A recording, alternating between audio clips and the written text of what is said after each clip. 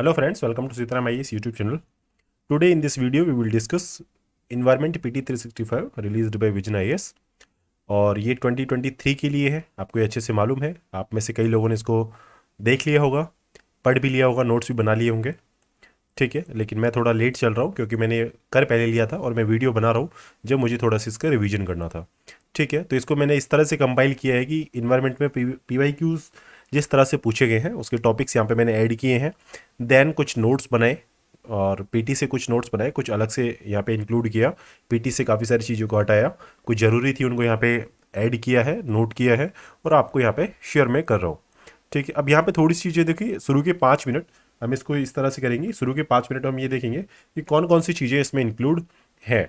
ठीक है, तो सबसे पहले आपको ये क्लियरली दिख रहा होगा, मैं इसको और क्लियर यहाँ पे कर देता हूँ, थोड़ा सा व्यू इसको बढ़ा देता हूँ। ये देखिए, सबसे पहले है यहाँ पे देखिए वाटर के बारे में कुछ चीज़ें इसमें बताई गई हैं। लास्ट में वाटर पॉल्यूशन में ही वाटर के से इंक्लूड गवर्नमेंट ने जो पॉलिसीज़ बनाई हैं उसको यहाँ पे मेंशन किया है। इन्वायरमेंट टर्म्स जो होती हैं कुछ, ये आपको पहले से आती है और इसमें कुछ मैंने इंक्लूड की है जो न्यूज़ में थी, जैसे इकोटोन है, इकोलॉजिकल नीचे है, हैबिटेट है, इकोलॉजिकल सक्सेशन है। ये PYQs हैं जो विद ईयर यहाँ पे मेंशन है। ये चीज़ें पहले से पूछी जा चुकी हैं। ऐसी चीज़ों को ध्यान में रखना है कि कुछ टर्म जो न्यूज़ में रही हुई, जैसे कार्बन सीक्वेस्ट्रेशन है, कार्बन फर्टिलाइजेशन है, सोशल कॉस्ट ऑफ कार्बन है, लेग्यूम इंटेंसिफिकेशन 2020 में पूछा गया, वर्टिकल फार्मिंग और क्रॉप डाइवर्सिफिकेशन जैसी चीज़ें पहले पूछी गई है। बायोलॉजिकल ऑक्सीजन डिमांड है, केमिकल ऑक्सीजन डिमांड है, ये न्यूज़ में रहते हैं। इकोसिस्टम से रिलेटेड टर्म्स वगैरह सब चीज़ें पहले से इन्वायरमेंट में आपने तैयार कर रखी होंगी, इतनी उम्मीद मैं आपसे करके चल रहा हूँ। ठीक है, न्यूज़ में जो रही वो CCUS है। ठीक है, इसके अलावा और कुछ टर्म है, हैबिटेट से रिलेटेड है, इकोसिस्टम से रिलेटेड है, इकोलॉजी से रिलेटेड टर्म्स है, फंक्शंस क्या हैं इकोसिस्टम के, ये आपको पहले से आते होंगे। मैं ये आपसे उम्मीद लगाए चल रहा हूँ इस वीडियो को बनाते टाइम। ठीक है, आगे है सस्टेनेबल डेवलपमेंट और ग्रीन इनिशिएटिव्स पे कौन कौन से क्वेश्चन पहले पूछे गए हैं। देखिए, अर्थ आर पूछा गया है 14 में, बायोकार्बन फंड इनिशिएटिव 2015 में पूछा गया है, ग्रीन इनिशिएटिव फंड 2015 में है, सस्टेनेबल डेवलपमेंट गोल्स जो है, बायोफ्यूल है, बायो रेमिडिफिकेशन टेक्निक है। ये सब चीज़ आप देख लीजिए, मैं आप यहाँ पे बोलूँगा तो आपको थोड़ा सा टाइम ज़्यादा लग जाएगा इस वीडियो में, इसलिए आप यहाँ से देख लें कौन कौन सी चीज़ें पहले पूछी गई हैं और अब की बार न्यूज़ में कौन कौन सी चीज़ें रही। जैसे E20 फ्यूल है, ये 23 के लिए ज़रूरी एक टर्म बन जाती है। इंटरनेशनल ईयर ऑफ मिलेट है, यहाँ से देखिए क्लियरली दिख रहा होगा। ठीक है, इसके अलावा डायरेक्ट सीडेड राइस है और आपका जो डैम सेफ्टी एक्ट है उसमें भी कुछ प्रोविजंस चल रहे थे। डीप सी माइनिंग के बारे में है, रिवर प्रोजेक्ट जो चल रहे हैं, रिपोर्ट इंडाइसिस जो है वो न्यूज़ में रहती है। अगला टॉपिक जो है जो हम डिस्कस करेंगे वो आपके इन्वायरमेंटल लॉज, जो आपकी रेगुलेटरी बॉडीज़ हैं, गवर्नमेंट पॉलिसीज़ हैं नेशनल लेवल पर, इंटरनेशनल लेवल पे। इसमें काफ़ी क्वेश्चंस बनते हैं, जैसे animal welfare board of India, अभी रिसेंट में न्यूज में था कि रजिस्ट्री आपका डॉग्स होते हैं उससे रिलेटेड कुछ कानून बनाना था और गाय से रिलेटेड कुछ कानून थे, तो इसमें ये इंटरफेयर करते रहते हैं animal welfare board of India. ठीक है, तो इसके बारे में बात करेंगे किस तरह की बॉडी है। नेशनल टाइगर कंजर्वेशन अथॉरिटी की बात करेंगे, national Ganga river basin authority की बात करेंगे, जेनेटिक इंजीनियरिंग अप्रेजल कमेटी की बात करेंगे। ये सब चीज़ें वीडियो में आएंगी और ये पहले क्वेश्चन जो है PYQ में आए हुए हैं UPSC प्रीलिम्स में। ठीक है, तो ये सब चीज़ आप देख लीजिए कौन कौन सी हैं यहाँ पे, तो ये आगे जाके आपको मिलेंगी और आपने पहले से कर रखी होंगी। मैं इतनी आपसे होप करके चल रहा हूँ इसमें। देखिए, animal welfare board of India ये न्यूज़ में भी था। GM मस्टर्ड है, इन्वायरमेंट प्रोटेक्शन एक्ट है जो अभी इस रिसेंट में चल रहा है, डिबेट में काफ़ी रहा है, वो न्यूज़ में रहा है। रामसर साइट्स काफ़ी चलती रहती है, 75 के आसपास अब हो चुकी है। तो लास्ट की जो है साउथ इंडिया में जो रिसेंट में तमिलनाडु वगैरह में अभी डिक्लेयर की गई, उनको जरूर प्रैक्टिस कर लें। और वाटर एयर से रिलेटेड अथॉरिटीज़ हैं, PAT प्लास्टिक्स है, ये भी अभी न्यूज़ में था, प्लास्टिक फाइबर काम में आ रहा है। ठीक है, किस तरह से ये आगे टेक्सटाइल इंडस्ट्री में काम आएगा, ऐसी चीज़ें आपको तैयार करके रखनी है। इंटरनेशनल लेवल पे बात करें, रामसर कन्वेंशन है। इसके बाद में आपका 2018 में क्वेश्चन था, global alliance on climate smart agriculture, जिसको GAC ऐसे बोलते हैं। 18 में और क्वेश्चन पूछा था, momentum for change climate neutral now. Traffic से रिलेटेड क्वेश्चन थे, क्लाइमेट चेंज अलायंस से क्वेश्चन थे, UN रेड से थे, एजेंडा 21 से थे, फॉरेस्ट कार्बन पार्टनरशिप फैसिलिटी 2015 में क्वेश्चन आया, बर्ड लाइफ इंटरनेशनल से क्वेश्चन था, Rio 20 का 15 में क्वेश्चन आया था, न्यूयॉर्क डिक्लेरेशन ऑफ फॉरेस्ट 21 का क्वेश्चन था और कॉमन कार्बन मैट्रिक 2021 में था और UNFCCC आपका 2022 में भी क्वेश्चन इससे पुट हुआ है। और अब कौन सी चीज़ें न्यूज़ में रही, तो ये COP27 न्यूज़ में रहा, ग्लोबल बायोफ्यूल अलायंस न्यूज़ में रही, मैंग्रोव अलायंस थी, क्विनमिंग डिक्लेरेशन थी जो आपकी चाइना और आपका कनाडा से रिलेटेड थी, जहाँ मतलब इनको होस्ट किया था एक ने, और एक ने वहाँ पे पार्ट कह सकते हैं कि होस्टिंग से दोनों का काम था, होस्ट किया था इनको दोनों ने। और यूनेस्को की ग्लेशियल रिपोर्ट आई थी, CBD क्योटो प्रोटोकॉल पे हुई, वर्चुअल वाटर के बारे में कुछ बात रही इस साल, वो चीज़ें रही न्यूज़ में। इन्वायरमेंट पोल्यूशन जो है, इस पे काफ़ी सारी चीज़ें हैं जो नई है आपकी बार, तो वो मैंने नोट्स में कंपाइल किया है और आपको वहाँ डिस्कस करेंगे उन चीज़ों को। तो एसिड रेन है, ऐसी चीज़ें क्वेश्चन पूछे गए 2022 में और 2013 में पूछा गया, ठीक है। और लास्ट ईयर ये क्वेश्चन मेरा गलत रहा, ठीक है। तो मेरे दोस्तों को ये अच्छे से पता होगा कि मैं सिंपल सा क्वेश्चन गलत करके आया था, ठीक, क्योंकि ज़्यादा दिमाग लगा दिया वहाँ पे, केमिस्ट्री लगा दिया था, ठीक है। आगे कोल बेड, मेथेन है, सेल गैस है, मेथेन हाइड्रेट है, बायोजू केमिकल आपका साइकिल है, और ऐसे क्वेश्चन है जैसे ग्रीन वॉशिंग है, तो ग्रीन वॉशिंग से पूछ लिया है। अब यदि इसके सब टाइप पे यदि यूपीएससी उतरता है तो अपन देख लेंगे। बेंजीन पॉल्यूशन है, 2020 में आया। नाइट्रोजन फिक्सिंग प्लांट कुछ पूछे गए, उनके नाम दे के पूछा गया। PM पार्टिकुलेट मैटर जो होता है, PM10 और PM2.5, इसकी जो रेंज है कि कितनी रेंज अलाउड है WHO के अकॉर्डिंग, तो उसको भी यहाँ पे देखेंगे हम। और ये क्वेश्चन पहले पुट किया हुआ है इसमें। देखिए आगे अब न्यूज़ में क्या क्या चीज़ रही, yellow band disease, lead contamination, millet environment benefit, और AQI इन मुंबई, क्या रीजन रहते हैं कि मुंबई में अब की बार पॉल्यूशन काफ़ी टाइम तक रहा है, बाकी वहाँ पे लैंड सी ब्रीज की वजह से पॉल्यूशन मेंटेन रहता है, मतलब पॉल्यूशन कम रहता है, ठीक है। ये सारे टॉपिक्स रहते हैं जो आपके सामने यहाँ पे हैं, ये नोट्स में थे मेरे, और यहाँ पे आप न्यूज़ में भी इनको डिस्कस करेंगे। आगे देखिए चीज़ें जो रहती हैं, बायोडाइवर्सिटी कंजर्वेशन या वाइल्ड लाइफ सेंचुरी के कंजर्वेशन, नेशनल पार्क से रिलेटेड, वो देखिए इन सब से रिलेटेड क्वेश्चन पहले से पूछे गए हैं, ठीक है। तो ये आपने बेसिकली तैयार कर लिए होंगे, तो बताने की यहाँ पे कोई ज़रूरत है नहीं। बायोडाइवर्सिटी से रिलेटेड काफ़ी चीज़ें रहती हैं न्यूज़ में, आप तैयार करके ही रहते हैं उनको, ठीक है। और हम इनको अब रिवाइज भी करेंगे। कुछ स्पीसीज हैं जैसे घड़ियाल है, लेदरबैक टर्टल है, स्वैम्प डियर है, स्टार टॉर्टोइज है, तो इस ईयर में कौन सी इंपॉर्टेंट हो सकती है उनके लिए यहाँ पे मैंने लगभग 12 से 15 स्पीसीज जो है उनको तो अच्छे से किया है, बाकी को उनके नाम से और कुछ उनके सिग्निफिकेंट जो फीचर्स हैं उनको यहाँ पे मैंने इंक्लूड किया है। हैजहॉग है आपका, मरमत है, पेंगोलिन है, गोल्डन मैसीर है, इंडियन आपका नाइट जार है, स्पूनबिल है, ठीक है। तो इनको या फिर से तैयार कर ले, कुछ ना कुछ ऑप्शन यहाँ से एलिमिनेट हो जाएंगे, ठीक है। अभी मैंने राइनो को इंक्लूड किया है इसमें, एशियन लॉयन को, चीता को किया है, टाइगर को किया है, एलिफेंट को किया है, और कुछ और चीज़ों को भी इसमें इंक्लूड मैंने किया है नोट्स में, जिसे हम डिस्कस करेंगे।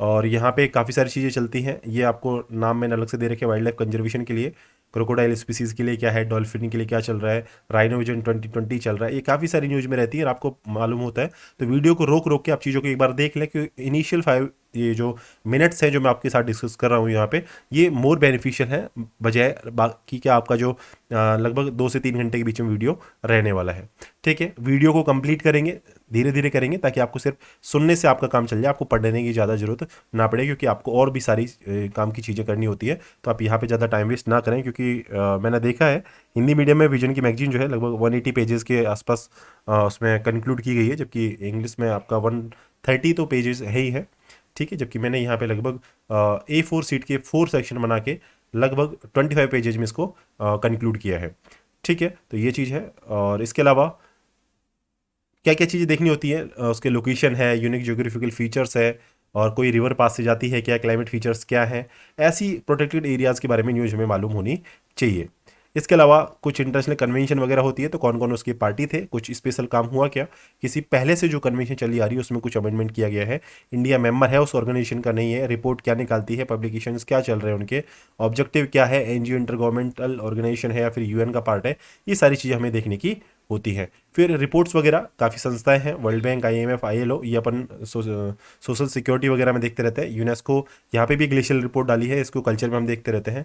UNGA सब जगह वर्क करता है, WHO, WMO, ठीक है, ये इन्वायरमेंट में काम आते हैं, हेल्थ में भी काम आते हैं। MOSPI काफ़ी डेटा निकालती है, आपको अच्छे से मालूम है। डिजास्टर मैनेजमेंट और बाकी सारी चीज़ें आपके अलग सब्जेक्ट से रिलेटेड हो जाती है। तो ये तो हमारा रहा टॉपिक्स का ओवरव्यू, और मैगजीन पढ़ने की यूटिलिटी क्या है वो हमें यहाँ से देखनी है, ज़्यादा टाइम वेस्ट नहीं करना है, ठीक है। और आपने नोट्स बना लिए होंगे, आपने अच्छे से प्रिपेयर कर लिया होगा। मैं सिर्फ आपको रिवीजन बेसिस ये चीज़ें बता रहा हूँ, क्योंकि इससे मेरा भी रिवीजन होगा, आपका भी रिवीजन होगा, और खासकर मेरे दोस्तों का बेनिफिट होगा, क्योंकि वो लोग प्रिपेयर कर रहे हैं साथ में, ठीक है। तो मैंने ये रिकॉर्ड इसीलिए कर रहा हूँ ताकि आपको भी साथ में बेनिफिट हो जाए।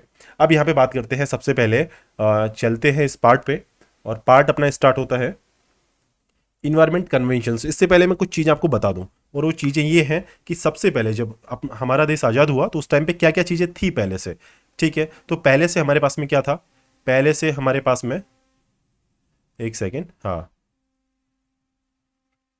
हाँ, तो पहले से हमारे पास में क्या था, पहले से हमारे पास में यूएन था। यूएन के अंदर क्या क्या थे आपको ये मैं ज़्यादा टाइम वेस्ट नहीं करूँगा। आईएमएफ था, वर्ल्ड बैंक था, ठीक है। एक आपका था वर्ल्ड मेट्रोलॉजिकल ऑर्गेनाइजेशन, ये पहले से था, ठीक है। इसके अलावा और क्या उसके बाद में चलता रहा, तो ये देखिए आप 1950 में, 1950 में आपका यूएनएचसीआर बना। ये आप थोड़ा सा क्रोनोलॉजी याद रखिए।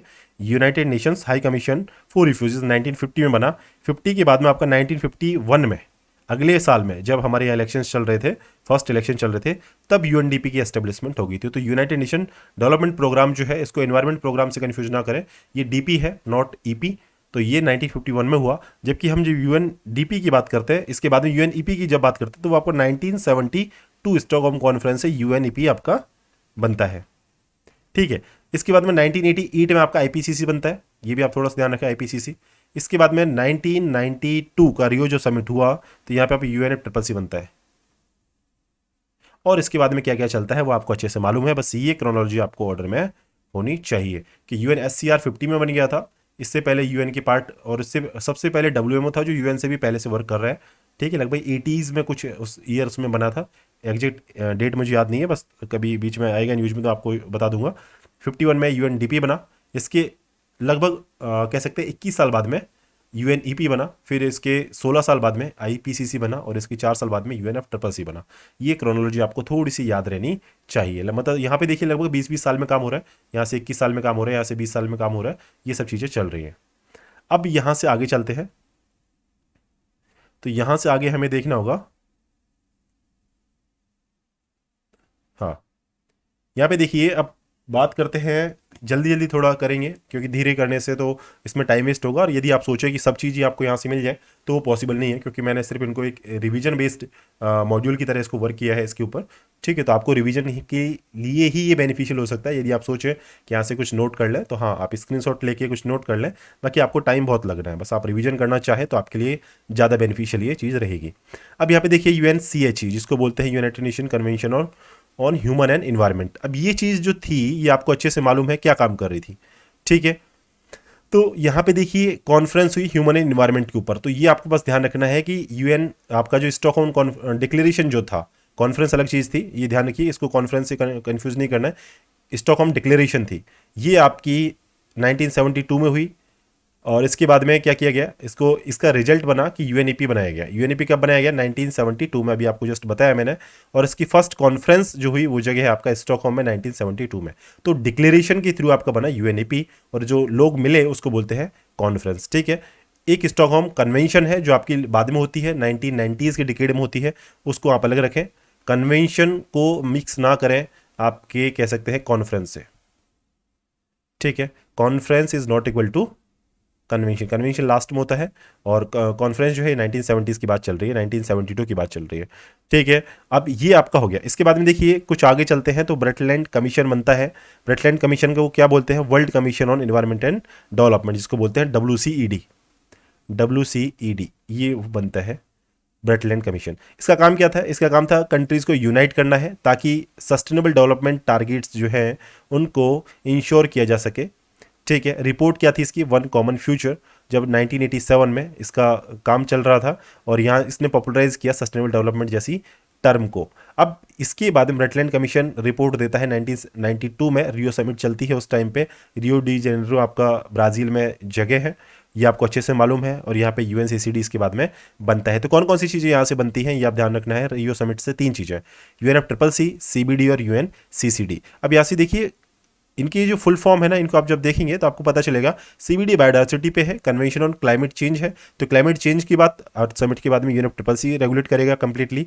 बायोडायवर्सिटी जो है इसके ऊपर CBD चलेगा, और आपको जो डेजर्टिफिकेशन को कर्ब करना है ये UNCCD चलेगा। इसमें आगे जाके रेड और रेड प्लस प्रोग्राम आते हैं, red and red plus program इसमें आगे चलते हैं। तो ये चीज़ आपको क्लियर हो जानी चाहिए, ठीक है। अब यहाँ पे क्या क्या आउटकम आए, तो वो देखिए आपका, एक तो रियो डिक्लेरेशन हुई ऑन एनवायरनमेंट एंड डेवलपमेंट, ठीक है, तो ये नॉन बाइंडिंग थी। एजेंडा 21 आया, और फॉरेस्ट प्रिंसिपल्स भी यहाँ पे लाए गए। तो तीन चीज़ लाएगी agenda 21, forest principal, Rio declaration environment development, ठीक है। और यहाँ पे जो चीज़ बाइंडिंग थी वो बाइंडिंग ये थी कि UNFCCC बनाया जाना है, CBD बनाया जाना है और UNCCD बनाया जाना है। तो थोड़ा सा ध्यान रखें क्योंकि इंपॉर्टेंट कन्वेंशन है, इंपॉर्टेंट आपका समिट था, तो दो चीज़ें थी, नॉन बाइंडिंग और बाइंडिंग, और इनके अंदर तीन तीन चीज़ें आपकी यहाँ पे रही। आगे देखें इसमें क्या था, ये देखिए आपका अब एजेंडा 21, एजेंडा 21 था आपका। इसका मतलब क्या, एजेंडा 21 में 21 क्या है, 21 नेशंस थे या क्या थे, ठीक है। तो आपको ध्यान रखना है ये 21st सेंचुरी के लिए बात की गई थी। काम क्या था कि ग्लोबल सस्टेनेबल डेवलपमेंट को अचीव करना है, ठीक है। और ये आपका नॉन बाइंडिंग एक्शन प्लान था, मतलब ये बाइंडिंग नहीं था। आपका UNFCCC, CBD और UNCCD बनाना बाइंडिंग था, एजेंडा 21 को साइन करना, ग्लोबल सस्टेनेबल डेवलपमेंट को अचीव करना बाइंडिंग नहीं। इसीलिए तो सस्टेनेबल डेवलपमेंट गोल जो है इस पर हम वर्क कर रहे हैं, अभी तक बाइंडिंग नहीं हो पाया वो, ठीक है। और 2015 तक आपका जो SDG जो है ये इंड्यूस्ड किए गए कि 2030 तक हम सस्टेनेबल डेवलपमेंट गोल्स को अचीव करेंगे। इसके बाद में कुछ इसमें फंड कुछ बनाए गए जिसको बोलते हैं, एक तो है आपका GEF जिसे बोलते हैं ग्लोबल इन्वायरमेंट फैसिलिटी। 1992 का रियो समिट से चल रहा था, काम करना था कि इन्वायरमेंट इश्यूज को टेकल करना है। 184 में पार्टीज थे और जो इसको मैनेज किया गया वो आपके तीन लोग थे। कौन कौन थे, UNDP कौन सा 1950s का, ठीक है, 1951 का। और इसके बाद में UNEP आपका 1972 का, और वर्ल्ड बैंक जो आपका 1944 का जो आपका चल रहा था, क्या बोलते हैं उसको, ब्रेटन वुड्स वाले इंस्टीट्यूट थे, तो वहाँ से इसको याद रखें। ये तीनों जो संस्थाएं हैं ये जॉइंटली मैनेज कर रही थी GEF को, जिसे बोलते हैं ग्लोबल एनवायरनमेंट फैसिलिटी। ये चीज़ आपको क्लियर हुआ। अब GEF का काम क्या है कि ये आपका सर्व करेगा एज फाइनेंस मैकेनिज्म की तरह। किस किस के लिए, एक तो स्टॉकहोम कॉन्फ्रेंस हुई उसमें फाइनेंस चाहिए तो उसके लिए काम करेगा, UNFCCC के लिए पैसा देगा, CBD के लिए पैसा देगा और UNCCD के लिए पैसा देगा। ये तो तीन चीज़ें आपको मालूम है।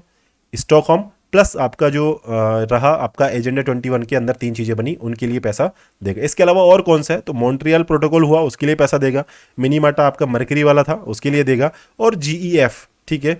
इसमें अलग से भी कोई काम किया जाएगा तो वहाँ पे ये चीज़ें दी जाएगी। अब GEF की एक स्मॉल ग्रांट प्रोग्राम था जिसे SGP बोलते हैं, GEF का SGP, ये भी 1992 में बना, क्योंकि जब GEF बना तो उसी टाइम पे आपके स्मॉल ग्रांट के फॉर्म में कुछ पैसा भी स्टेट्स को दिया जाने लगा जो इसके मेंबर थे। तो मेंबर कितने थे उस टाइम पे, 33 मेंबर्स थे जिन्होंने स्मॉल ग्रांट प्रोग्राम के अंदर भाग लिया। काम क्या था कि इसमें community lead bottom up approach जो है SDGs के लिए लानी है, और ये UNDP ने इसको चलाया ऑन बिहाफ ऑफ GEF। मतलब काम ये आपका GEF का ही है। तो GEF एक फैसिलिटी बनाई जिसे बोलते हैं ग्लोबल एनवायरनमेंट फैसिलिटी। किसके अंदर बना, रियो समिट के अंदर बना। किसने बनाया स्मॉल ग्रांट प्रोग्राम, ये 33 मेंबर्स का UNDP ने बनाया। ये आपको क्लियर हुआ। अब आगे चलते हैं UNFCCC पे, ठीक है। तो आप एक चीज़ मैं आपको कहना चाहूँगा, यदि आप बीच में ऐसा लगता है कि नहीं थोड़ा सा ओवर हो रहा है, ठीक है, या फिर आपको थोड़ा सा प्रेशराइज हो रहे हैं आप इस चीज़ों से, तो वीडियो को थोड़ी देर रोक लें, अपना और कुछ काम कर लें और फिर उस वीडियो को फिर से आप कंटिन्यू करें, लेकिन इसको सुनते ही रहें आप। This is very important thing कि आप इसको कंटिन्यू करके एक बार में ख़त्म करें। बिकॉज मैं आपको बताऊँ, जब मैंने नोट्स बनाया तो मुझे लगभग एक दिन लगा पूरा, ठीक है, क्योंकि पुराने नोट्स को कंपाइल करना, देन उसमें से कुछ पुराना कचरा हटाना और नया उसमें ऐड करना, ठीक है। तो इसमें काफ़ी टाइम लगा, तो आपको भी टाइम लग सकता है, लेकिन ये काफ़ी बेनिफिशियल आपके लिए रहेगा। अब आगे चलते हैं। UNFCCC जो है ये रियो समिट 1992 में बना, सिंपल सी चीज़ है। हेडक्वार्टर्स का बॉन में रहा, 1994 से ये इन्फोर्स हुआ, 197 इसमें मेंबर रहे, ठीक है। स्टेबलाइज करना था ग्लोबल आपका जो GHGs होते हैं, ग्रीन हाउस गैसेज होती हैं, उनके कंसंट्रेशन को स्टेबलाइज करना था। कहाँ पे, एटमोस्फियर में, ठीक है। इसके साथ में क्या करना था, ओरिजिनली ये बाइंडिंग नहीं था, और ये आपका जो इन्फोर्समेंट जो था इसका, इन कन्वेंशन का, वो भी कंपलसरी नहीं था। लेकिन बाद में इसकी कोप होने लगी, और ये इसकी जो कोप होती है COP, जिसे कॉन्फ्रेंस ऑफ पार्टीज बोलते हैं, इसकी सुप्रीम गवर्निंग बॉडी होती है। ये आपको अच्छे से मालूम है, तभी तो UNFCCC की COP 27 अभी हुई। कहाँ पे हुई, COP 26 कहाँ हुई, ग्लासगो में हुई, 27 शर्म एल शेख में हुई। ये सब चीज़ें बेसिक हैं, आपको आती हैं और आप कर सकते हैं यदि UPSC के लिए प्रिपेयर कर रहे हैं तो। ये आपसे मैं पहले से एक्सपेक्ट करके चल रहा हूँ। CTCN है, CTCN क्या होता है, क्लाइमेट टेक सेंटर नेटवर्क होता है, ठीक है। काम क्या होता है इसका, इसका काम है आपका कि ये आपकी एक ऑपरेशनल आर्म है UNFCCC की, ठीक है। तो ये चीज़ आपको पता चल जाना चाहिए। कोप है और CTCN है जिसे बोलते हैं क्लाइमेट टेक सेंटर नेटवर्क। ये चीज़ आपको क्लियर हुआ, ये अपना पेज हुआ कंप्लीट। आगे चलते हैं, और आगे चलेंगे तो उसमें क्या चीज़ देखेंगे, क्योटो प्रोटोकॉल। ये आपको अच्छे से मालूम होना चाहिए, मैं उम्मीद करता हूँ कि आपको अच्छे से ये पहले से आता है। अब क्योटो प्रोटोकॉल में क्या था, तो क्योटो प्रोटोकॉल में अब देखिए 1997 में हुआ, 1997 किसी की डेट ऑफ बर्थ हो तो उससे याद रख ले, ठीक है। तो क्योटो प्रोटोकॉल हुआ, कोप 30, कोप 30 नहीं, सॉरी ये कोप 3 है, ठीक है। कोप 3 है क्योंकि 1992 के बाद में ये 3 नंबर की होती है यूएनएफ ट्रिपल सी की, तो ये जरूर याद रखें, कोप 3 में हुआ यूएनएफ ट्रिपल सी में क्योटो प्रोटोकॉल, ठीक है। तो क्योटो प्रोटोकॉल अलग से इसका ऐसे पॉइंट कुछ बना के लिखे, और ये इन फोर्स आया 2005 में, ठीक है। पार्टीज कितनी हैं, काफ़ी सारी हैं। इंडिया इसने रेटिफाई कब किया, 2002 में, ठीक है। तो रेटिफाई 2002 में कर दिया, और ये अप्लाई हुआ कि इसने काम किया कि 6 जो GHGs है उनको NX1 में डाल दिया गया। और कौन कौन सी थी वो, CO2 है, CH4 है, N2O है, HFCs है, PFCs और SF6 है। ये जो 6 जो है ना, इनके एक बार आप लिख लेंगे तो आपको पता चलेगा कि GHG कौन कौन सी होती है। कार्बन डाइऑक्साइड होती है, मैथेन होती है, नाइट्रस ऑक्साइड होती है, HFC हाइड्रोफ्लोरोकार्बन होते हैं, PFC पॉलीफ्लोरोकार्बोनेट जो कार्बन जो होते हैं PFCs, SF6 है, ठीक है। और ये 6 चीज़ें आपको मालूम हो जाना चाहिए कि ये भैया ग्रीन हाउस गैसेज होती हैं, और इसने अप्लाई किया कि इनको NX1 में डाल दो। तो ये आपका बस इतना काम होता है क्योटो प्रोटोकॉल का, और आप इतना ही लिंक करके रखें, ज़्यादा इसमें ना घुसे, क्योंकि ज़्यादा PhD करेंगे तो आप इसमें परेशान हो जाएंगे और आपका जो टाइम अपन ने लिया है उसमें नहीं हो पाएगा काम, ठीक है। अब आगे चला एक चीज़ था जिसे बोलते हैं CBDR। CBDR आपको पता है, कॉमन बट डिफरेंशिएट रेस्पॉन्सिबिलिटीज, ठीक है। ये बेस प्रिंसिपल था क्योटो प्रोटोकॉल का। तो बार बार में जब हम कोप 26 और 27 पढ़ते हैं ना, तो बार बार में यही आती है कि CBDR है, हमने अपडेट किए हैं, CBDR अपडेट किए हैं, ठीक है। आपका जो NCDs है, NDCs जो है, इनको अपडेट किया है। CBDR हमारी होनी चाहिए, कंट्रीज़ को और डेवलप कंट्रीज़ को मानना चाहिए कि हाँ रेस्पॉन्सिबिलिटी तो है, ठीक है, कॉमन रेस्पॉन्सिबिलिटीज़ है, लेकिन वो डिफ्रेंशिएटेड है, मतलब थोड़ी रेस्पॉन्सिबिलिटी कम ज़्यादा होनी चाहिए कंट्री टू कंट्री बेसिस। तो ये क्योटो प्रोटोकॉल का बेस प्रिंसिपल है, ये बस आपको पता होना चाहिए। फॉर्मुलाइज कब हुआ, वही 1992 में रियो में, और ये यूएनएफ ट्रिपल सी में मेंशन था, और ये फर्स्ट इंटरनेशनल आपका लीगल इंस्टीट्यूशन था ताकि आपका क्लाइमेट चेंज जो है उसको एड्रेस किया जा सके, ठीक है। ये एक चीज़ और आप सुन लें कि ये नोट्स जो है ये मैंने 4 लोगों से कंपाइल करवाए हैं, क्योंकि ये मैंने खुद ने नहीं लिखा, क्योंकि खुद लिखते हैं तो ज़्यादा बोरियत होती है, तो मैंने 3 लोगों से लिखवाया, और कुछ मतलब लगभग आधा पार्ट जो है मैंने खुद ने किया है। तो 3+1 4 लोगों की मेहनत है, तब आपके सामने नोट्स आए हैं। आपको अच्छा लगे तो अप्रिशिएट करें इस काम को, कमेंट वगैरह करें, लाइक करें, और दोस्तों में शेयर करें, और दोस्तों में इसको शेयर करें, और अपने जो टॉपिक्स है उसको डिस्कस भी करें, ठीक है। आगे चले इसमें, ये मोस्ट कॉम्प्रीहेंसिव अटेम्प्ट है ताकि आपका जो है ग्लोबल इन्वायरमेंट जो है उसको प्रोटेक्ट किया जा सके, नेगेटिव इम्पैक्ट जो है उसको रोका जा सके। सभी स्टेट जो है उनके ऊपर कुछ ऑब्लिगेशन डाले गए, ठीक है, लेकिन इक्वल रेस्पॉन्सिबिलिटी यहाँ पे स्टेट्स की नहीं थी, इसी तो बोलते हैं डिफरेंशिएटेड रेस्पॉन्सिबिलिटी। ये सिंपल चीज़ आपको पता चल गया। इसमें NX 1 2 और होती है, 1 2 3 भी होनी चाहिए, 3 NX होती है, और ये इसमें कुछ LDCs जो है, और इसके साथ में ये नॉन बाइंडिंग होता है। इसके अलावा कंपलसरी बाइंडिंग टारगेट जो है उसके लिए बनाए गए GHG इमिशन को कम करने के लिए, ठीक है। तो ये चीज़ ध्यान रखें आप कि NX 1 वाले जो थे ये कंपलसरी थे, NX 1 में जो चीज़ डाली गई वो आपकी कंपलसरी बाइंडिंग थे, और ये GHG को कम करने के लिए थे। बाकी जो और LDCs वगैरह थे ये बाइंडिंग नहीं थे। ये हुआ अपना। आगे चले अगले पेज पे, वो है क्योटो मैकेनिज्म। क्या क्योटो मैकेनिज्म देखिए, अब देखिए क्योटो मैकेनिज्म काफ़ी पुरानी चीज़ है, नया इसमें कुछ है नहीं, तो उसमें मैंने बस लिखा हुआ है कि क्योटो मैकेनिज्म आपका ओनली ग्लोबल ट्रीटी है binding limits on GHG emission. मतलब GHG के इमिशन पे यदि कोई बाइंडिंग ट्रीटी है तो सिर्फ अकेली ये ग्लोबल ट्रीटी है जो बाइंडिंग है, ये आपको ध्यान रखना है, ठीक है। और NX 1 जो है उसमें काफ़ी सारी चीज़ों को जोड़ा जाता है, काफ़ी गैसेज को, तो आप थोड़ा सा ध्यान रखें कि हाँ ऐसा कुछ होता है, गैसेज उसमें जुड़ती रहती है ताकि उनके इमिशन कम किया जा सके। और ग्रीन हाउस गैस मतलब देखिए ये टेम्परेचर जो राइज हो रहा है उसको कम करने के लिए है, और टेम्परेचर राइज हो रहा है उसके लिए कौन काम कर रहा है, IPCC, ठीक है। उसकी अभी 6 असेसमेंट रिपोर्ट थी, AR6 बोलते हैं, ठीक है। तो असेसमेंट रिपोर्ट वो निकालता है, तो उसमें भी बात ये होती है कि बस आपका 1.5 डिग्री टेम्परेचर है, ये तो नॉर्मली होना चाहिए, और ये जो 2 डिग्री सेंटीग्रेड है ये अधिकतम होना चाहिए, इससे ज़्यादा इस सेंचुरी में टेम्परेचर नहीं राइज होना चाहिए प्री इंडस्ट्रियल लेवल से, ठीक है। तो ये सारा काम जो है ना इसमें GHG का रोल बहुत ज़्यादा होता है, और इसके लिए क्योटो मैकेनिज्म बनाया गया। अब देखिए इसको जॉइंट इम्प्लीमेंट किया गया था, इम्प्लीमेंटेशन जो है मिशन का उसको रिड्यूस करना था, ताकि आपकी जो A और B की आपकी जो अलग अलग इसमें कुछ कैटेगरी बनाई गई कंट्रीज़ के, आपको बस इतना पता होना चाहिए कि जब CBDR आ गया तो उसमें कुछ कैटेगरीज बनेंगी, कुछ NX बनेंगी, और वहाँ पे कुछ अलग अलग टारगेट्स आएंगे, ठीक है। तो ये बस आपको इतना सा पता होना चाहिए, क्योंकि यहाँ पे एडवांस्ड जो कंट्रीज़ हैं, जैसे A ग्रुप था एडवांस का, B भी था, तो ये सेल और बाई कर सकते हैं AAUs को। AAUs क्या होता है आपका, एक असाइन अमाउंट यूनिट होती है, उसमें पता होता है कि जीएचजी इमिशन कुछ कर रहे हैं तो इतना यूनिट जो है इमिशन ये लोग कर रहे हैं, तो उनको सेल और बाई कर सकते थे उस यूनिट्स को, ताकि टेम्परेचर तो बढ़ेगा लेकिन उसको शेयर किया जा सके उनके जो खर्चे हैं ना एक तरीके से उसको। अब आगे देखिए कोप इसके बाद में हुई यूएनएफ ट्रिपल सी के लिए कौन कौन सी, तो कोप 13 जो हुई आपकी वो बाली समिट हुई, कोप 15 आपकी कोपनहेगन हुई, कोप 17 आपकी डरबन में हुई, कोप 18 दोहा में हुई, कोप 20 लीमा में हुई और कोप 21 2015 पेरिस में हुई। ये आपको बस नाम पता होना चाहिए, क्या हुआ क्या नहीं हुआ इट डजंट मैटर। ठीक है, 2015 की हम रिवाइज कर लें यहाँ पे, तो यहाँ पे देखिए 2015 की पेरिस में क्या हुआ, was born out of Copenhagen declaration in 2015। ठीक है, तो ये कोपनहेगन डिक्लेरेशन थी, उसमें 2015 में इसको लाया गया और इसलिए इसको कहते हैं COP 21 of 2015 named as Paris declaration. क्या काम था, इसको इन्फोर्स कब किया गया, सीधी सी बात है अगले साल इन्फोर्स होगा, क्योंकि ये काम जो होता है ये नवंबर या अक्टूबर के आसपास हो रहा होता है, तो कुछ टाइम लग जाता है इनको इन्फोर्स होने में।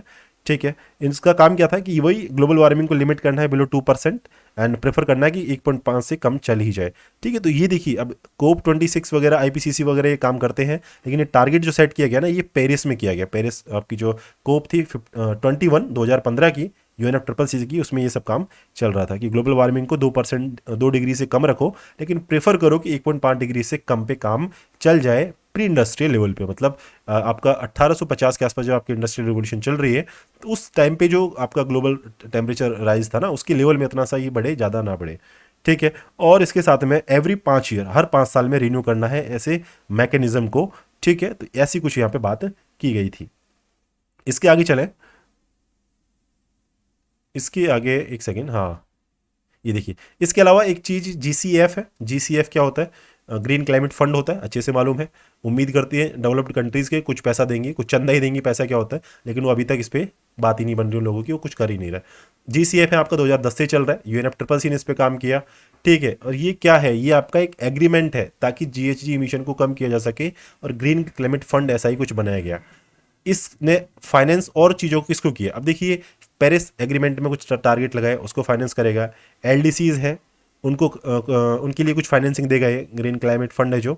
और इसके अलावा एसआईडीएस होते हैं, स्मॉल आइलैंड जो स्टेट्स जो होते हैं वो डूब रहे होते हैं, मतलब जल्दी यदि टेम्परेचर राइज होगा तो ग्लोबल सी लेवल जो है, ओशन लेवल जो है वो राइज होगा, तो स्मॉल आइलैंड नेशंस जो हैं वो डूब जाएंगे, तो उनको बचाने के लिए कुछ काम चल रहा होता है। अफ्रीकन स्टेट्स हैं वहाँ पे भी कुछ काम चल जाए, ठीक है, उसके लिए ये सब काम होता है, तो स्पेशल फोकस होता है जीसीएफ का। तो ध्यान रखें, पेरिस, एलडीसी, एसआईडीएस और अफ्रीकन स्टेट। ठीक है, ये चीज़ है। अब आगे चले, यूएनसीबीडी क्या था, यूएनसीबीडी आपका वही यूएनएफ ट्रिपल सी 1992 से ही उसमें बाइंडिंग था कि ऐसा बनाया जाएगा, तो बाइंडिंग है। रियो में लाया गया, 1992 में लाया गया, इन्फोर्स हुआ अगली साल ही हो गया 1993 में। मेंबर हैं काफ़ी सारे हैं, मतलब जो यूएनएफ ट्रिपल सी की मेंबर्स होते हैं ना ये 190 प्लस होते हैं, तो ऑप्शन आएगा 190 प्लस में, तो आप इसको देख लें कि हाँ इतना होगा। उसमें 192 दे रहा है तो वो राइट हो सकता है, 196 दे रहा है तो वो भी राइट हो सकता है, क्योंकि ऐसे 190 का जो अराउंड एरिया है, जो आपका वेग यहाँ पे पॉइंट रहता है उसको आप बस याद रखें, ये ना घुसें कि 192 है, 93 है, 96 है। ठीक है, क्योंकि ये आपका अच्छा क्वेश्चन यहाँ से बनता है, और ये 190 प्लस आप ये डेटा याद रखें, इतना तो होता ही होता है। ठीक है, इसके बाद में आप देखिए यहाँ पे एक चीज़ याद रखें, इसमें यूएस ने इसको रेटिफाई नहीं किया, मतलब सीबीडी है, बायोडाइवर्सिटी कंजर्वेशन की बात है। ठीक है, एडवांस कंट्री है यूएस, वहाँ पे काफ़ी सारे एक्सपेरिमेंट होते हैं, तो बायोडाइवर्सिटी से रिलेटेड जो लॉज है वो फॉलो नहीं कर पाते, इसलिए उन्होंने इसको रेटिफाई नहीं किया, ये ध्यान रखें। ठीक है, इसके अलावा एक मॉन्ट्रियल आपका सिक्योरिटी था, कुछ ऐसा था, ये एसईसी लिखा लेकिन लिखने वाले ने पता नहीं क्या कुछ इसमें गड़बड़ कर दिया। मॉन्ट्रियल कुछ है, मैं आपको बताऊंगा तो याद आ जाएगा तुरंत, एसईसी लिखा होगा उसने। तो यूएन डिकेड है 2011 से 2020 का, इसको आपका बायोडाइवर्सिटी डिकेड घोषित कर दिया बायोडाइवर्सिटी के लिए। और बायोडाइवर्सिटी एक्ट इंडिया में लाया गया 2002 में, आपको अच्छे से मालूम है, जो आपको काम था कि सीबीडी जो है यूएन सीबीडी उसको यहाँ पे इफेक्ट में लाना है। ठीक है, ये चीज़ है। अब यहाँ पे देखिए कि CHM जो होता है, CHM क्या होता है, आपका क्लियरिंग हाउस मैकेनिज्म होता है। क्लियरिंग हाउस मैकेनिज्म क्या होता है, ये आपका एक तो देखिए ध्यान रखना है कि इसका लिंक है आपका सीबीडी से, सीबीडी से है, तो इसका काम क्या है कि आपका जो एक्सेस है आईटी इंफॉर्मेशन टेक्नोलॉजी उसको इंश्योर करना है, तो ये आपका क्लियरिंग हाउस मैकेनिज्म कहलाएगा। ठीक है, इसके अलावा प्रोटोकॉल्स कौन कौन से हुए बायोडाइवर्सिटी के लिए, तो देखिए कार्टिजेना है 2000 में हुआ, ये ध्यान रखें, मैं इसको थोड़ा सा हाँ यहाँ लिख लेते हैं, 2000 में कार्टिजेना।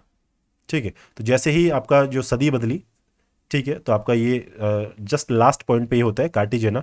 ठीक है, उसके 10 साल बाद में नगोया, 10 साल बाद मतलब 2010 में। आईची टारगेट्स थे, फेल हो गए, कंट्री जो है उसको पालन नहीं कर पाई।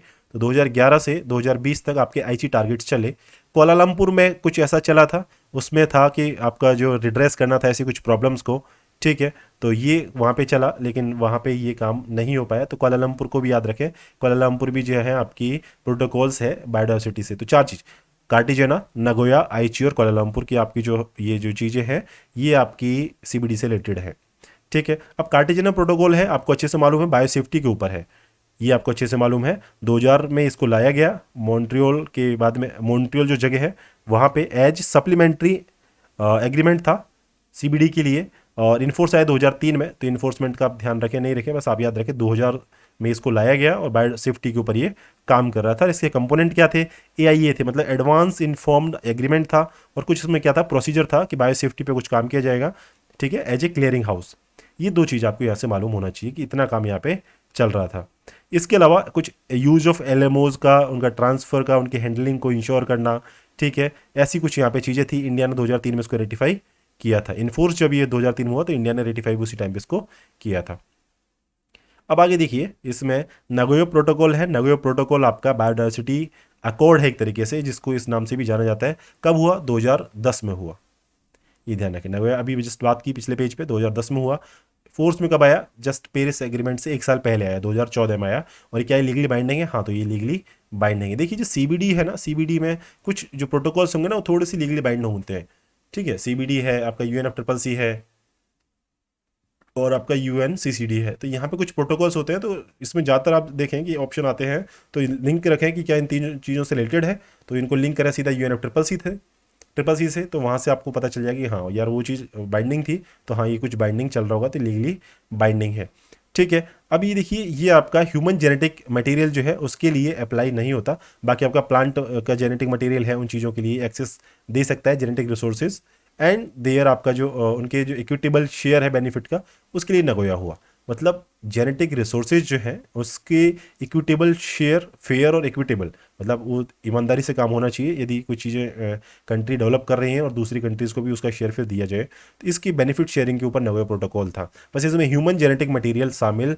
मतलब उस पर अप्लाई ये चीज़ नहीं होती, ये पता होना चाहिए आपको। इसमें 20 टारगेट बनाए गए जिसे बोलते हैं आईची टारगेट्स, जिसका काम क्या था, 10 साल 2011 से 2020 में उनको अचीव करना था। क्या क्या हो सकते हैं वो, अब कोई ए से ई तक कैटेगरी बनाएगी और इस कैटेगरीज में कुछ पॉइंट रखे गए कि हाँ ये चीज़ हमें प्राप्त करनी है। जैसे कि हमें कह सकते हैं कि अंडरलाइन करना है कि कॉज क्या क्या है बायोडाइवर्सिटी को लॉस होने के। इसके साथ में डायरेक्ट आपका जो प्रेशर है उसको रिड्यूस करना था, स्टेटस जो है डाइवर्सिटी का उसको इंप्रूव करना था, बेनिफिट को इन्हेंस करना था, इसके साथ में इम्प्लीमेंटेशन को भी इन्हेंस करना था। ये सब चीज़ें वहाँ पे चली। तो ये बायोडाइवर्सिटी से रिलेटेड कुछ पॉइंट्स थे। अब कुछ थोड़े थोड़े आएंगे ना, तो हम आगे उसको यहाँ पे डिस्कस करते चलेंगे। यूएनसीसीडी 1994 में आया, ठीक है। चल किस में रहा था, वो यूएनसीसी में बना, यूएनएफसीसी के उससे रियो समिट से। यूएनसीसीडी 1994 में आया। कोप 15 में इसके बारे में कुछ काम चला, उसको बोलते हैं लैंड लाइफ लेगेसी, ठीक है। इसकी कन्वेंशन हुई कोप 15 इसकी, ठीक है। और गवर्नमेंट, अभी ये कोप 15 है ना, ये रिसेंट में हुई है, इसको ध्यान रखना, लैंड लाइफ लेगेसी। और इसमें गवर्नमेंट, प्राइवेट सेक्टर और आपका जो कह सकते हैं कि सीएसओ, सिविल सोसाइटी ऑर्गेनाइजेशन होते हैं, इसमें पार्ट लेते हैं। और कोप 15 आपकी अबिजान जगह है, आइवरी कोस्ट जो कंट्री है वहाँ पे अभी, और वहाँ पे अबिजान डिक्लेरेशन भी हुआ है, आगे आएगा अपन उस पर बात करेंगे क्या क्या चीज़ें वहाँ पे काम करने की है, ठीक है। और ये बाइनली होता है, मतलब 2 साल में होता है, 2001 से चलता आ रहा है। तो कोप 15 पे थोड़ा सा ध्यान रखें। और कोप 14 आपका 2019 में इंडिया में हुआ, ये थोड़ा सा याद रखें क्योंकि जस्ट पिछला कोप है CCD का, यूनाइटेड नेशंस कन्वेंशन ऑन, जो आपका कर्ब करना है डेजर्टिफिकेशन को, कॉम्बैट करना होता है डेजर्टिफिकेशन को, सी का मतलब वो है, ठीक है।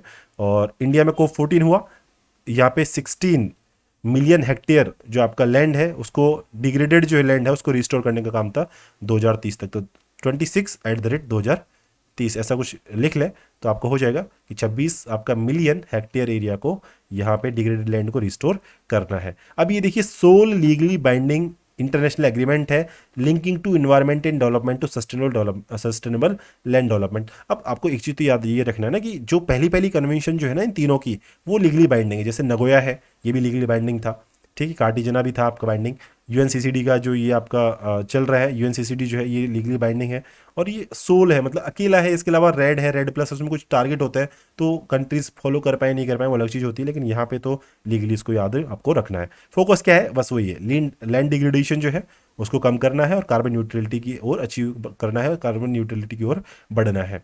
कितने मेंबर है वही मैंने आपको बताया 190 प्लस, तो कितना हो जाएगा इसमें 196 प्लस ईओ तो 197 हो जाएगा। कौन है नोडल एजेंसी, वो आपका MOEFCC है इंडिया में, क्योंकि वही मेनली काम करती है इस पर। और ये one of the 3 Rio convention है, ये आपको अच्छे से मालूम है, मेरे से बेहतर अब आपको पता चल गया होगा कि क्या क्या इसमें चल रहा है। ये देखिए, इसके अलावा यूएनसीसीडी की जो मेजर इनिशिएटिव्स कौन कौन से लिए गए इसमें, तो देखिए LDN है, लैंड डिग्रेडेशन न्यूट्रलिटी, इसकी कुछ बात होती है। ठीक है, तो इसमें न्यूट्रलिटी की बात होती है। यहाँ पे क्या देखना है कि टारगेट सेट करना है हमें, टारगेट सेटिंग प्रोग्राम है LDN, लैंड डिग्रेडेशन न्यूट्रलिटी, और यहाँ पे एक LDN फंड बनाया गया, लेकिन ये को 15 में ना को 14 में, इन दोनों में नहीं है।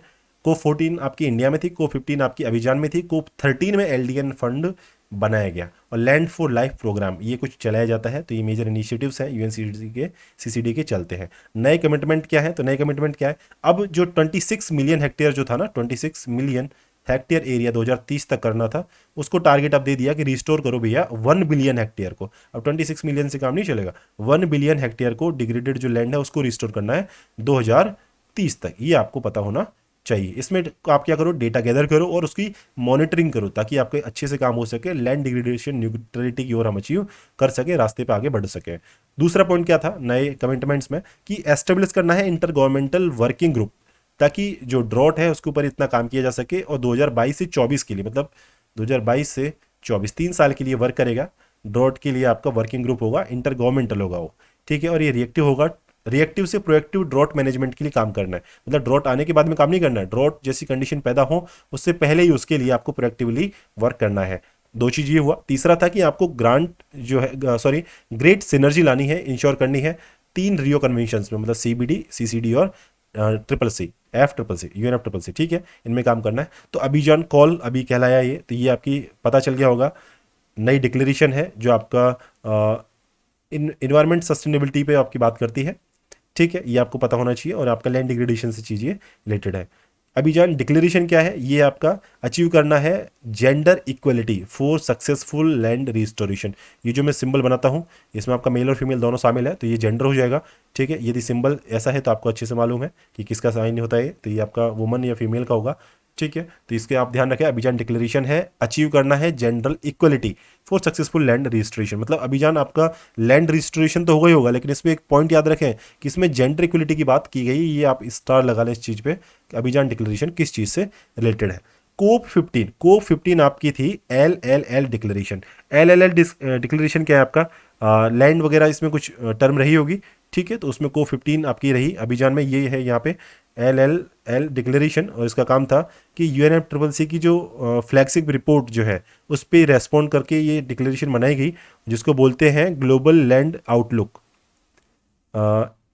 LLO है फिर ये, नहीं हाँ ये LLL है, इसको आप सर्च करने एक बार क्या है ये, ठीक है। तो ग्लोबल लैंड आउटलुक नाम की एक फ्लैगशिप रिपोर्ट UNFCCC की है, ये आप ध्यान रखना कि GLO लैंड से पता चल जाएगा आपको UNFCCC की है, सिंपल सा, इसमें ज़्यादा दिमाग आपको यहाँ पे पहुँचाना नहीं है।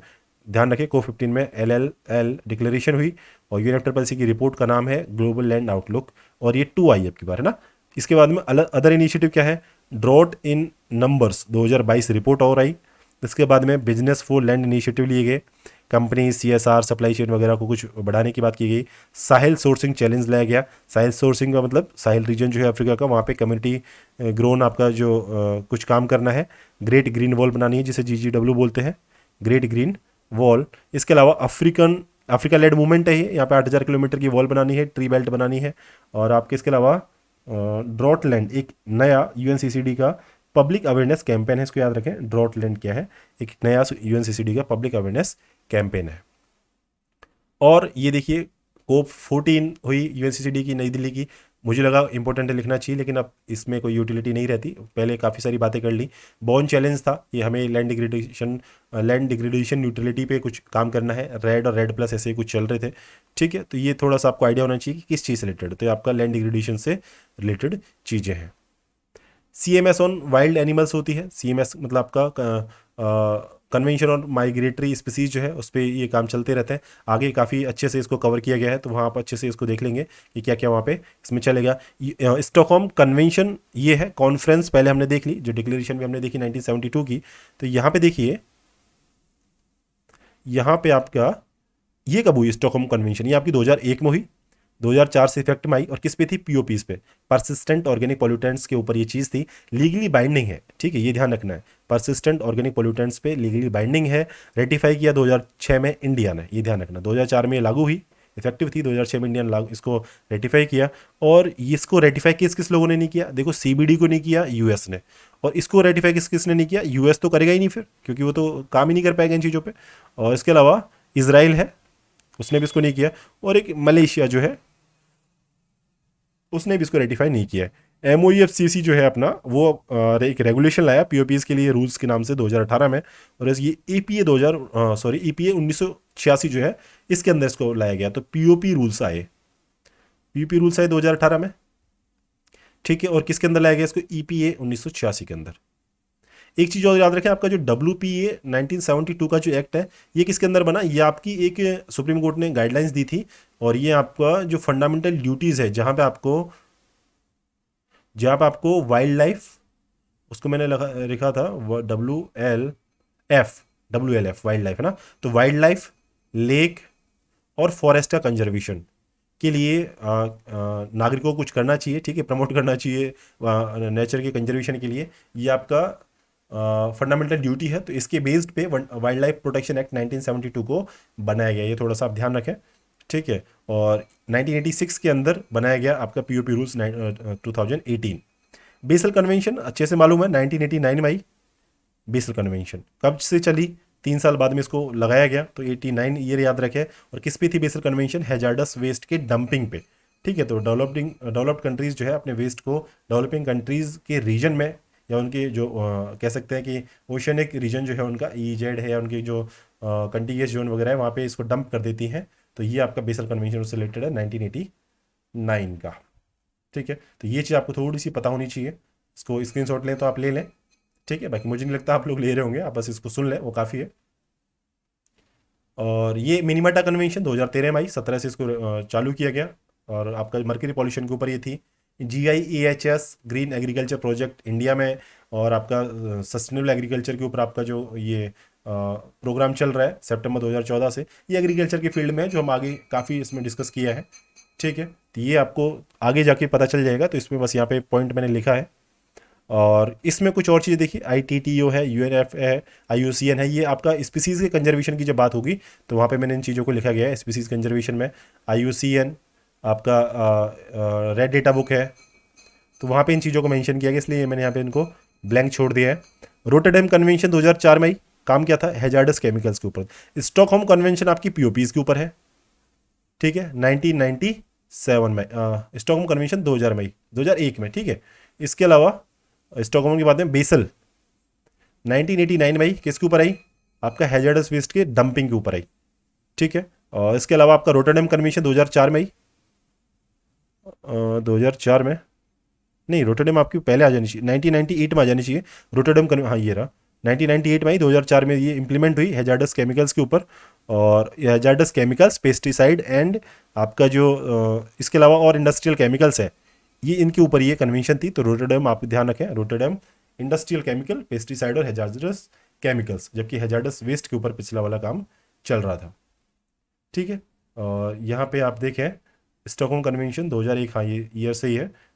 स्टॉकहोम कन्वेंशन 2001 पीओपीज के ऊपर थी। Basel convention 1989 dumping of hazardous waste है, ये वेस्ट है, और ये आपका ये केमिकल्स है, ठीक है, इसमें वेस्ट भी शामिल होता है। तो पेस्टिसाइड, इंडस्ट्रियल केमिकल और हैजार्डस केमिकल लार्जली बाइंडिंग है, और ये आपको ध्यान रखना है, सॉरी लार्जली क्या, लीगली बाइंडिंग है ये, ठीक है। इंडिया ने रेटिफाई किया 2006 में, 2004 से इंप्लीमेंट हुई, 1998 की ये कन्वेंशन है। और यहाँ पे केमिकल रिव्यू कमेटी होती है, CRC, ठीक है। तो ये चीज़ें यहाँ पे चलती रहती हैं। और यहाँ पे प्रायर इन्फॉर्मेशन कंसेंट जरूरी होता है, यदि कोई कंट्री कुछ करना चाह रही है, हैजार्डस केमिकल्स को इधर से उधर ले जा रही है, तो प्रायर इन्फॉर्मेशन उनको देनी होती है, कंसेंट लेना होता है, और वो काम कौन करता है, केमिकल रिव्यू कमेटी करती है, ठीक है, जो आपकी एक यहाँ पे सब्सिडरीज की बॉडी कह सकते हैं। ठीक है, इसके अलावा कुछ और चीज़ है, अनुपम वर्मा कमेटी एक रही, उसने इंसेक्टिसाइड के ऊपर कुछ अलाउ किया था कि 2015 में कि इंसेक्टिसाइड इसको बाहर ले जाया जा सकता है। ठीक है, तो इस पर कुछ ध्यान रखना, अनुपम वर्मा कमेटी किस चीज़ से रिलेटेड है। और एक टर्बूफोर्स नाम से है, टर्बूफोर्स, और ये आपका अनुपम वर्मा कमेटी से ये केमिकल मटेरियल को आप ध्यान रखें कि इसको अलाउ किया था इस कमेटी ने। इसके अलावा IWC है 1946 का, ये आगे चल के आएगा, एनिमल वाले जो कन्वेंशन कंजर्वेशन वाला मेजर्स जो है वहाँ पे आएगा।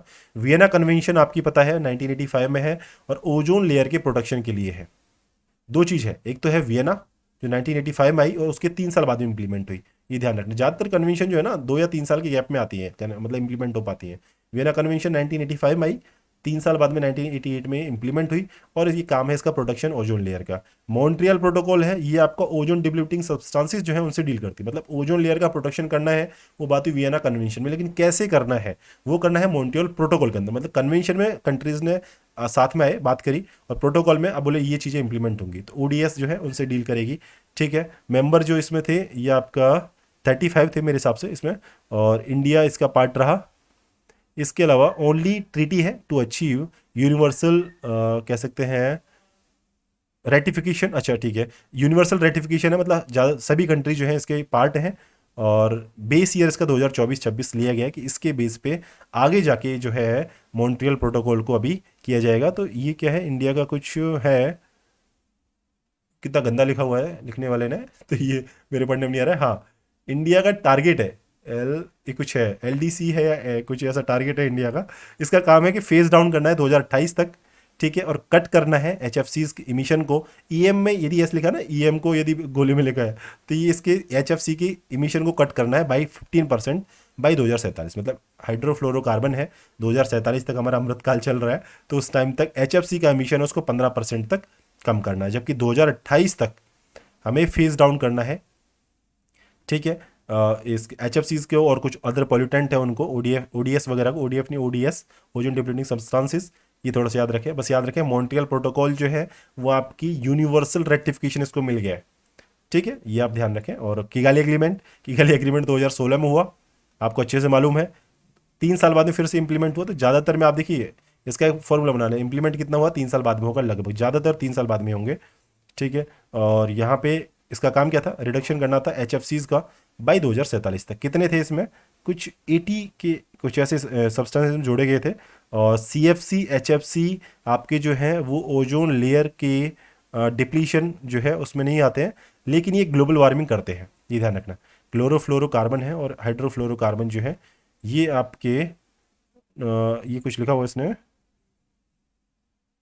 हाँ, ओजोन लेयर को थिन नहीं करते, मतलब उसको डेस्ट्रॉय नहीं करते, ये ध्यान रखना। HFC और CFC जो है ना ये थिन नहीं करते हैं, इसको डेस्ट्रॉय नहीं करते ओजोन लेयर को, लेकिन इनसे ग्लोबल वार्मिंग होती है। ठीक है, तो ये इनका एक्सट्रीम पोटेंशियल होता है, ये ध्यान रखें CFC और HFC का। तो यहाँ पे जो बात चल रही है हमारी कि HFCs को हम कार्य करेंगे 2047 तक, ये इसलिए क्योंकि ये जो है ग्लोबल वार्मिंग बढ़ा रहे हैं। ठीक है, बाकी ओजोन डिप्लीटिंग सब्सटेंसेस जो हैं वो और भी काफ़ी सारे हैं जिनकी लिस्ट हर बार जो है अपडेट कर दी जाती है। ठीक है, इसके अलावा हेलेंस्की प्रोटोकॉल है 1985 का, काफ़ी पुराना चल रहा है। ठीक है, न्यूज़ में रहता है, तो वहाँ पे आपको अच्छे से पता चल जाएगा किस किस चीज़ के बारे में ये चीज़ें न्यूज़ में रहती हैं। इसके बाद में आगे देखिए ये और भी चीज़ें हैं, इनको हम देखते हैं कितनी है, मैं देखता हूँ एक बार। सरमल शेख IPCC, हाँ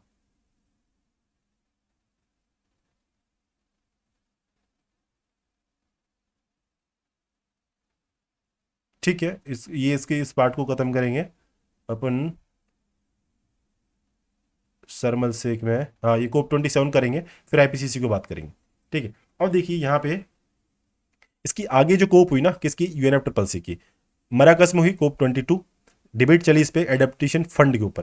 ठीक है, एडेप्टेशन फंड है उसको चालू करना चाहिए, चालू रखना चाहिए या नहीं रखना चाहिए, इसके ऊपर बात चल रही थी।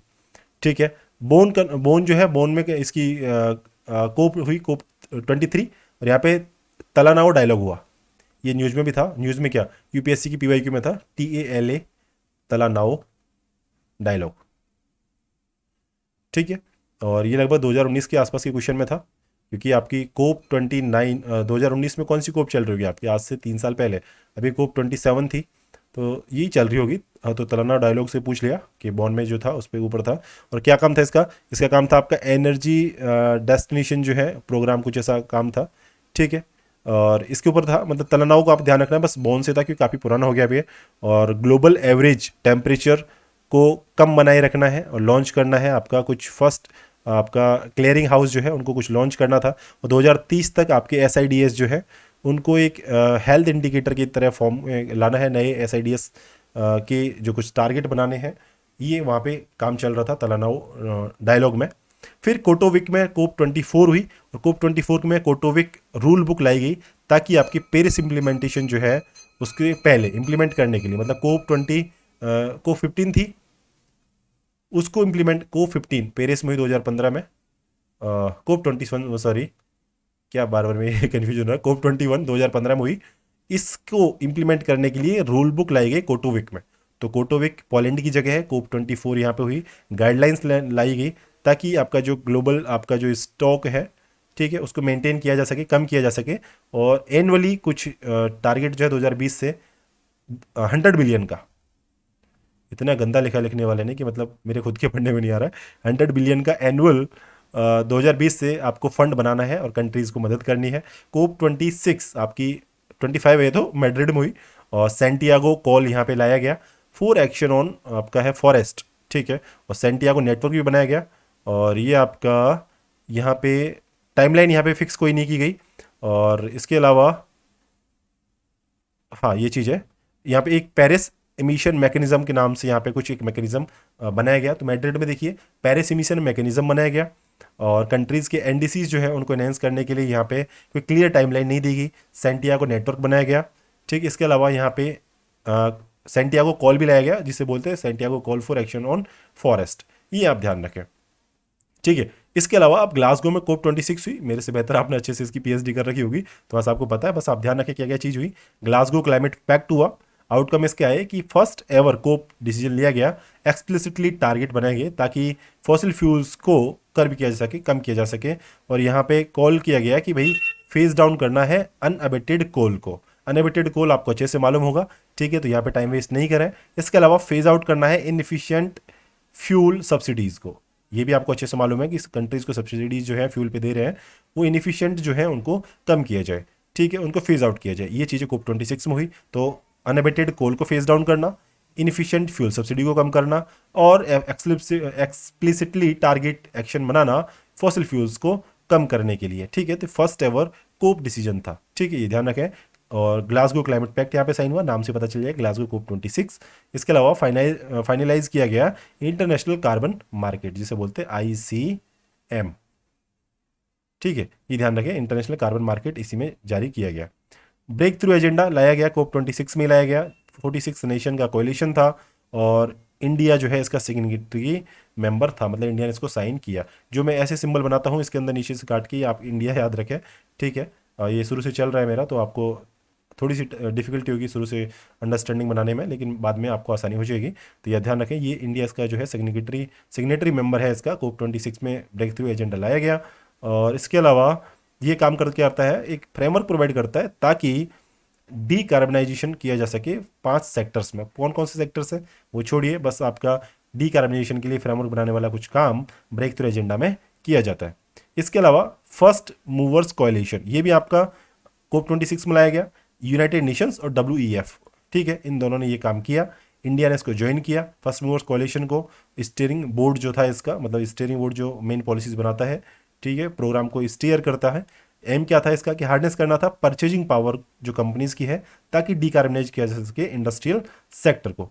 ठीक है, इसके अलावा जीरो कार्बन टेक्नोलॉजी आपका जो कमर्शलाइजेशन किया जा सके, और क्रिटिकल इमरजेंसी टेक्नोलॉजीज जो है उनको शेयर किया जा सके, ऐसा कुछ काम करना था फर्स्ट मूवर्स कोalition का। बनाया किसने? वर्ल्ड इकोनॉमिक फोरम, और आपका यूएस ने इसको काम किया। COP26 में इंडिया ने इसकी ज्वाइन किया, तो फर्स्ट मूवर कोalition में इंडिया पार्ट है। ठीक है, थोड़ा हौच पौच था क्योंकि लिखने वाले ने इतनी मेहनत की इसमें कि तलानाओ एग्रीमेंट को मैं खुद आराम से इसको नहीं पढ़ पाया। ठीक है, बाकी सब चीज़ इसमें अंडरस्टूड है इसके अलावा तो। और इसके अलावा आगे चलें, हाँ ये देखिए शर्मा शेख में COP27 हुआ। इसमें भी आपने मेरे से अच्छी पीएचडी कर ली होगी इस टॉपिक में। ठीक है, तो मुझे बताने लायक कुछ ज़्यादा पॉइंट नहीं बचे, बस बता देता हूँ। जस्ट ट्रांजिशन की बात की गई, और 4 ईयर का लीज KJW जिसे बोलते हैं, कुछ ऐसा नाम था इसका, Korovia joint work for agriculture. Korovia नहीं था ये, कोरोनिविया था शायद, हाँ, Koronivia joint work for agriculture. और ये ऐसा प्रोग्राम था, only program under UNFCCC to work for agriculture and food security, food security और एग्रीकल्चर के लिए जो फोकस करता है, ये अकेला प्रोग्राम है UNFCCC में। ठीक है, क्योंकि क्लाइमेट चेंज के लिए वर्क करता है। और जब यहाँ पे एग्रीकल्चर और फूड सिक्योरिटी की बात आ रही है, तो आपका कोरोनिविया जॉइंट वर्क फॉर एग्रीकल्चर नाम से याद रखें। KJW फुल फॉर्म यदि पूछ ले KJW है, तो आप थोड़ा सा लिंक कर लें, ये COP27 से इसका लिंक है। और जस्ट ट्रांजिशन भी COP27 से है। कि आउटकम क्या रहे इसके, कि फाइनलाइज करना था डिटेल्स को मिटिगेशन प्रोग्राम की, कि भाई अब मिटिगेशन हमें करना ही होगा। नई प्लेज लाई गई कि हमें कितना पैसा इकट्ठा करना है, तो 230 मिलियन से ज़्यादा की हमें जरूरत पड़ेगी। ठीक है, और ये हमें बनाया जाना है एडेप्टेशन फंड के लिए। इसके अलावा नई फंडिंग अरेंजमेंट करने हैं लॉस एंड डैमेज के लिए, तो लॉस एंड डैमेज की यहाँ पे बात हुई। और एक ट्रांजिशन कमेटी सेटअप करनी थी। ठीक है, तो ये ध्यान रखें, जस्ट ट्रांजिशन की बात की गई, लॉस एंड डैमेज की बात की गई, उसके लिए कुछ अरेंजमेंट करने की फंडिंग की। 230 मिलियन से ज़्यादा डॉलर की आपकी नई प्लेज बनाएगी, ताकि आपका एडेप्टेशन फंड जो है उसको बनाया जा सके। और मिटिगेशन प्रोग्राम आपका यहाँ पे डिटेल में फाइनलाइज किया गया। ये चीज़ आपकी COP27 में हुई। अब आगे बात करते हैं जो है आपका IPCC की। अब IPCC की जो है ये आपका अलग से वर्क करेगा, तो IPCC की बात हम नेक्स्ट वीडियो में करेंगे, क्योंकि शायद ये वीडियो काफ़ी लंबा हो जाएगा। नहीं तो IPCC की बात नेक्स्ट वीडियो में करेंगे। मेथेन मिशन पे क्या चल रहा है, GEM IMEO नासा का इमिट मिशन क्या कर रहा है। इसके अलावा ओशन एसिडिफिकेशन है, भारत के LTLEDs है, लॉन्ग टर्म के आपके लो इमिशन स्ट्रेटजी कैसे वर्क करती है। स्टॉकहोम कॉन्फ्रेंस के 50 साल हुए, इस पर कुछ काम हुआ। और आपका MEAs जो है अंडर UNEP, ये क्या है, मल्टीलेटरल इन्वायरमेंट एग्रीमेंट जो होते हैं MEA। ठीक है, मिनिस्ट्री ऑफ एक्सटर्नल अफेयर्स, इसको कन्फ्यूज ना करें, ये आपका मल्टीलेटरल इन्वायरमेंट एग्रीमेंट्स हैं। इसके अलावा ओजोन के बारे में कुछ बात करेंगे, UNOC ocean, UN ocean conference, इस पर बात करेंगे। Innovation road map mission integrated, आपका जो बायो रिफाइनरीज जो है इसके लिए काम आएगा, MIB, इसकी बात करेंगे। हैदराबाद वैली हैदराबाद नहीं सॉरी, हाइड्रोजन वैली प्लेटफॉर्म है, इसकी बात करेंगे। मिशन लाइफ न्यूज में था, इसकी कुछ पॉइंट बात करेंगे। और सोलर फैसिलिटी अप्रूव की गई ISN है, इसकी बात करेंगे। इसके अलावा COP15 UNCBD के लिए हुई, इसकी कुनमी मॉन्ट्रियल जो थी, ये इसकी बात करेंगे। और आगे है UN decade on ecosystem restoration, और IUCN के अपडेटेड स्पीसीज हैं, ये बात करेंगे। GEF काउंसिल ने क्या क्या काम किए, और NDCs क्या क्या इंडिया ने बनाए, एडेप्टेशन गैप रिपोर्ट में क्या आया। CCUS क्या है, यूनिफॉर्म कार्बन ट्रेडिंग मार्केट कैसे वर्क करता है। और आपका इसके अलावा कुछ ये जगह है, कार्बन न्यूट्रलिटी, कार्बन सिक्वेस्ट्रेशन की कुछ डेफिनेशन लिखी है, ये काम आएगी। और ग्रीन वॉशिंग के ये जो टाइप है, फिबिंग है, नो प्रूफ है, हिडन ट्रेड ऑफ है, और वेगनेस है, लेस ईवल है, इलीवेंस है, कुछ ऐसी चीज़ें हैं, इनको देखेंगे। नीलिंग कर्व क्या होता है, तो नीलिंग कर्व देखना है कि एटमॉस्फेरिक CO2 का कर्व है, जो मोना लोआ जो ऑब्जर्वेटरी है वहाँ पे लिया जाता है। तो नीलिंग कर्व का बस याद नाम काम याद रखें कि ये एटमॉस्फेरिक CO2 का जो कर्व है उसको बनाता है, कहाँ पे है, मोना लोआ में है। और क्लाइमेट ट्रांसपेरेंसी रिपोर्ट है। और ये आपका पार्ट यहाँ पे कंप्लीट हो जाएगा। और इसके बाद में आएगा पार्ट 2। तो ये पार्ट फर्स्ट का कुछ यहाँ पे इंपॉर्टेंट था जो हमने यहाँ तक किया। यहाँ तक बने रहने के लिए आपको बहुत बहुत धन्यवाद। ठीक है, और इसको रिवाइज कर लीजिए। नेक्स्ट वीडियो या तो मैं शाम तक डाल दूंगा, या फिर करेंगे अगले दिन। ठीक है, लेकिन रिकॉर्ड मैं आज ही कर लूँगा, तो आपको कल शेयर कर दूंगा। तो कंटिन्यू 3 डेज़ के अंदर मैं आपको ये अल्टीमेटम तो क्या, मैं आपको बता दूँ कितने में आपको करके मैं दे दूंगा। ठीक है, ताकि आप ये रिवाइज कर सकें। Thank you for watching this session. दोस्तों में शेयर करें, दोस्तों के साथ टॉपिक्स को शेयर करें। कुछ आइडियाज़ नए आए तो मुझे भी बताएं, टेलीग्राम पे शेयर करें, कमेंट बॉक्स में बताएं कि क्या चीज़ें मेरे से छूट गई हैं। जनवरी से मार्च तक का हल्के में ना लें। ठीक है, जो चीज़ें आपसे रह गई हैं जनवरी से मार्च में, उसको खुद से करें, या फिर बाद में भी टाइम मिलेगा नेक्स्ट मंथ में, अप्रैल में। ठीक है, तो वहाँ पे काफ़ी सारी चीज़ें कवर करने को मिलेगी। ठीक है, पॉलिटी की PT हमने कवर कर ली है, IR की PT हमने कवर कर ली है, ये एनवायरनमेंट की चल रही है। इसके अलावा शायद कुछ चीज़ें काम की नहीं है इसके अलावा कोई PT में, जैसे हिस्ट्री है, इकोनॉमिक्स है, तो वहाँ पे वो ज़्यादा टाइम वेस्ट करने की जरूरत नहीं है। सोशल इश्यूज़ जो है और सोशल जो आपकी स्कीम वगैरह है उसकी बात करेंगे, तो 2 वीडियो वहाँ पर अलग से बना देंगे। Thank you for watching this session. धन्यवाद।